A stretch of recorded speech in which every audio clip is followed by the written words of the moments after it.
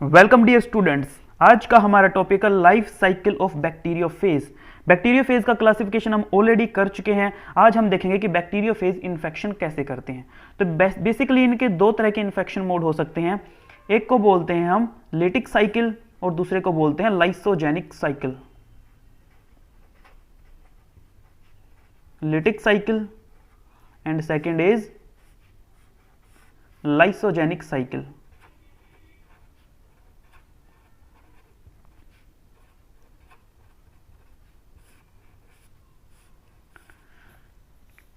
लेटिक cycle को basically master and slave relation भी बोलते हैं।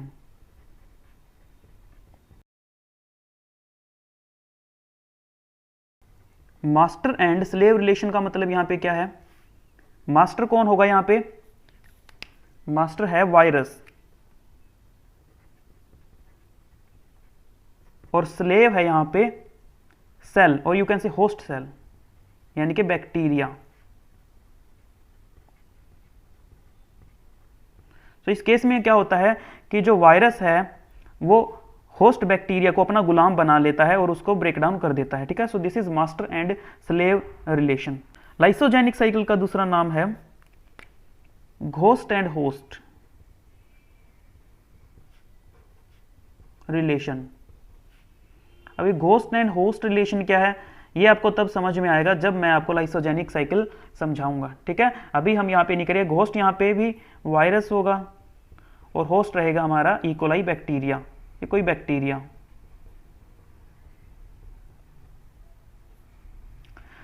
चलिए आज के लेक्चर में हम सिर्फ लेटिक साइकिल को कवर करेंगे। देखिए कि लेटिक साइकिल में क्या होता है, कैसे एक वायरस और यू कैन से बैक्टीरियोफेज वायरस आकर के सेल के ऊपर, बैक्टीरिया सेल के ऊपर अटैक करता है। ठीक है, तो ये है फर्स्ट स्टेप। मान लीजिए this is a bacterial cell.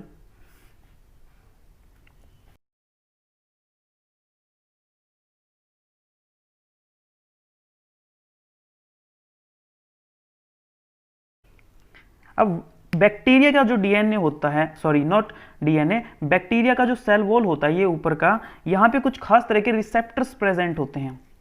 There are specific receptors like this.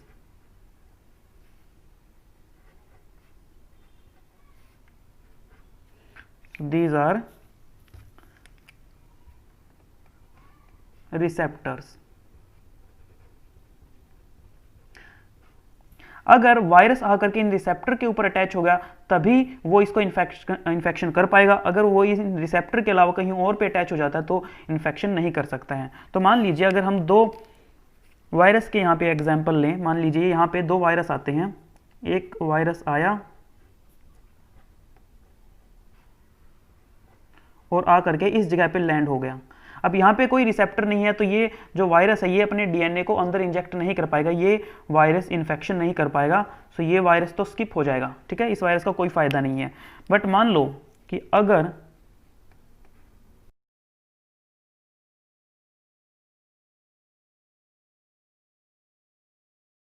This is the DNA of virus, यहाँ पे मैं T4 वायरस का एग्जाम्पल ले रहा हूँ, T4 बैक्टीरियोफेज का एग्जाम्पल ले रहा हूँ। ठीक है, तो वायरस के टेल फाइबर्स के ऊपर स्पेसिफिक रिसेप्टर्स प्रेजेंट होते हैं लाइक दिस।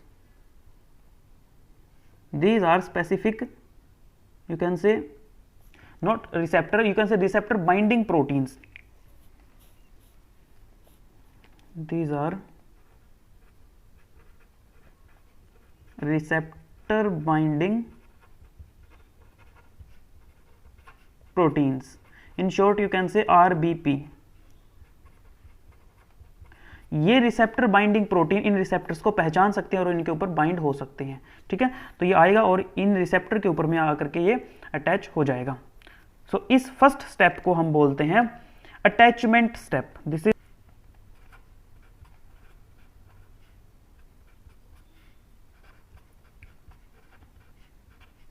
अटैचमेंट होगी है यहाँ पे वायरस की, वायरस आकर के इनके अंदर फिट हो जाएगा। तो मैं नेक्स्ट डायग्राम इसको अटैच दिखाता हूं।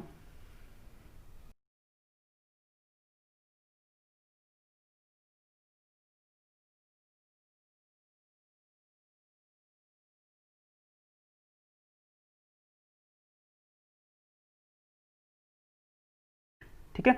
अटैच होने के बाद में यहाँ पे है एक बेस प्लेट। लास्ट में मैंने डायग्राम करवाया था लास्ट लेक्चर में, अगर आपने नहीं देखा तो पहले देख लीजिए ताकि आपको समझ में आ जाए क्या चीज़ है। यहाँ पे बेस प्लेट होती है। जैसे ही यहाँ पे ये अटैचमेंट हो जाएगी रिसेप्टर के साथ में, तो ये बेस प्लेट जो है, बेस प्लेट इसके कॉन्टैक्ट में आएगी, सेल वॉल के कॉन्टैक्ट में आएगी। तो ये बेस प्लेट ऐसे इसके कॉन्टैक्ट में आ जाएगी, और उसके बाद में बेस प्लेट जैसी कॉन्टैक्ट में आती है तो यहाँ से कुछ एंजाइम सीक्रेट होते हैं जिसे हम बोलते हैं lysozymes. So these are lysozyme. Lysozyme basically कौन सीक्रेट कर रहा है? लाइसोजाइम को सीक्रेट कर रहा है ये बेस प्लेट। और इस लाइसोजाइम इस बेस प्लेट के फंक्शन के लिए एनर्जी मिल रही है टेल फाइबर से। ये जो टेल फाइबर है यहाँ पे, ये टेल फाइबर है, इन टेल फाइबर के अंदर है एटीपी। ओके, तो इन टेल फाइबर से एटीपी बेस प्लेट की तरफ जा रहा है, और यहाँ पे एनर्जी के कारण ये बेस प्लेट नीचे की तरफ आ जाती है, और यहाँ पे hydrolytic enzyme that is lysozyme secret करती है। लाइसोजाइम क्या करेगा? इस बैक्टीरिया की सेल वॉल के अंदर एक होल कर देगा, इस जगह पे एक होल क्रिएट कर देगा, hole. Okay, so see the next step. अब यहाँ पे एक्चुअल में हुआ क्या है कि बेस प्लेट सेल वॉल के अंदर अच्छे से पेनिट्रेट कर गई है। ये बेस प्लेट सेल वॉल के अंदर अच्छे से पेनिट्रेट कर गई है, तो इसीलिए हम इस स्टेप को बोलेंगे पेनिट्रेशन स्टेप।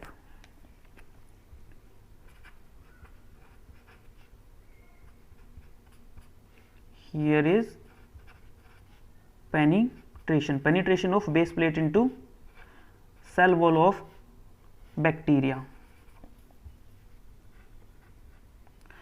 अब जैसे ही यहां पे पेनिट्रेट करेगा, देन व्हाट विल हैपन? ये अपने डीएनए को इंजेक्ट कर देगा इसके अंदर। ये डीएनए है, this DNA will be injected inside.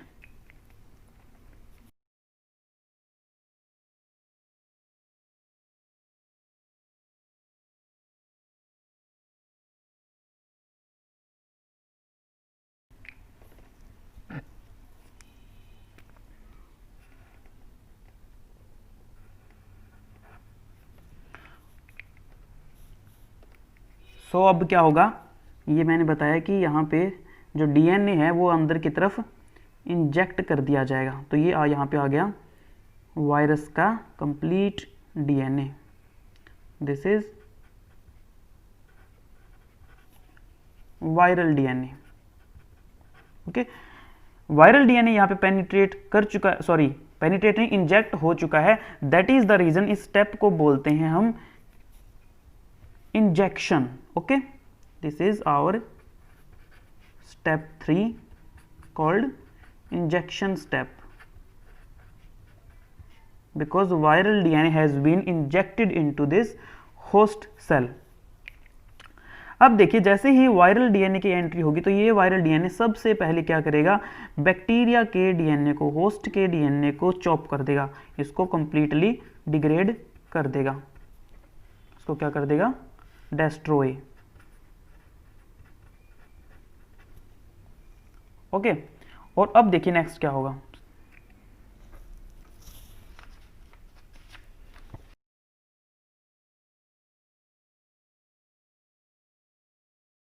अब वायरस का जो डीएनए है वो अंदर आ चुका है। ओके, वायरस का डीएनए अंदर आने के बाद में अब अपनी रेप्लिकेशन स्टार्ट कर देगा। ये अपने सारे के सारे पार्ट्स बनाने स्टार्ट कर देगा। इसके जो भी पार्ट्स थे, सबसे पहले तो ये अपने जेनेटिक मटेरियल की बहुत सारी कॉपीज तैयार करेगा, बहुत सारा ये जेनेटिक मटेरियल अपना तैयार कर लेगा। ओके, साइमल्टेनियसली अपने अदर पार्ट्स भी तैयार करेगा, जैसे कि इसका जो ऊपर का हेड होता था that was called capsid. Okay, बहुत सारे कैप्सिड बना लेगा ये, अपने बहुत सारे टेल फाइबर्स बना लेगा, बहुत सारा बीच का जो ट्यूब होता था जिसे शीथ बोलते थे उसको बना लेगा। इस टाइप से ये अपने अलग अलग पार्ट्स यहाँ पे बना लेगा। सो इस तरह से जब ये अपने पार्ट्स बना रहा होगा तो इस स्टेप को हम बोलेंगे, this step is called replication. So basically यहाँ पे क्या चीज़ रेप्लिकेट हो रही है, किस चीज़ की संख्या बढ़ रही है? आप देख सकते हो यहाँ पे वायरल कंपोनेंट्स बढ़ रहे हैं, वायरस के अलग अलग पार्ट्स की संख्या बढ़ रही है, कंपोनेंट्स। वायरल कंपोनेंट्स में जैसे कि यहाँ पे बहुत सारे कैप्सिड बन गए हैं, बहुत सारे टेल फाइबर्स बन गए हैं, ठीक है, और बाकी का अदर मटेरियल यहाँ पे तैयार हो चुका है। सो वायरस ने अपने सारे के सारे पार्ट होस्ट सेल के अंदर तैयार कर लिए हैं। Now see the next step. अब ये सारे के सारे पार्ट जो हैं ये आपस में अटैच होना शुरू हो जाएंगे, मतलब कि कंप्लीट वायरस बनने की प्रोसेस स्टार्ट हो जाएगी। तो यू कैन से असेंबलिंग स्टार्ट हो जाएगी।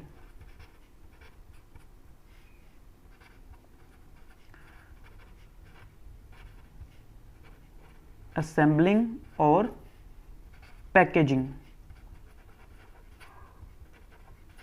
Of viral components.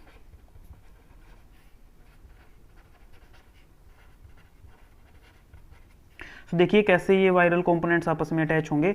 तो बहुत सारे वायरस यहाँ पे तैयार हो जाएंगे जब ये कंप्लीट अटैच हो जाएंगे, लाइक दिस।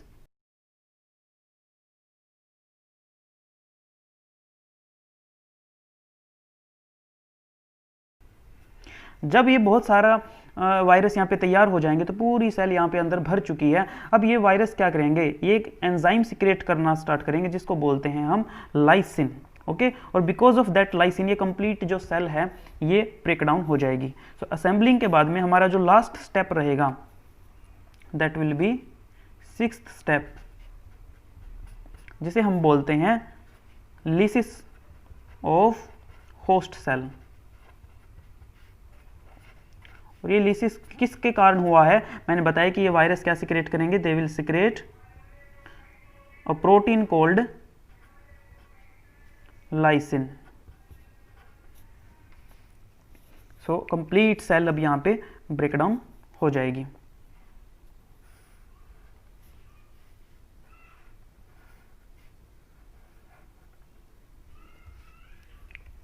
और ये सारे वायरस बाहर निकलना स्टार्ट कर देंगे और बाकी सेल्स की तरफ बढ़ने शुरू हो जाएंगे।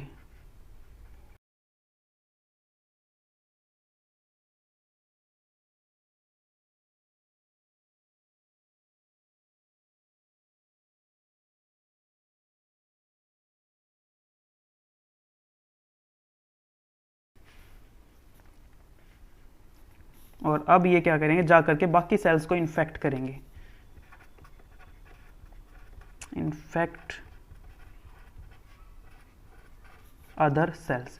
सो क्योंकि ये एक सेल के जिस भी सेल पे इन्फेक्शन कर देते हैं उस सेल का लीसिस कर देते हैं, उस सेल को ब्रेक डाउन कर देते हैं, दैट इज द रीजन इस साइकिल को हम बोलते हैं lytic cycle. So I hope कि आपको ये अच्छे से समझ में आ गया है।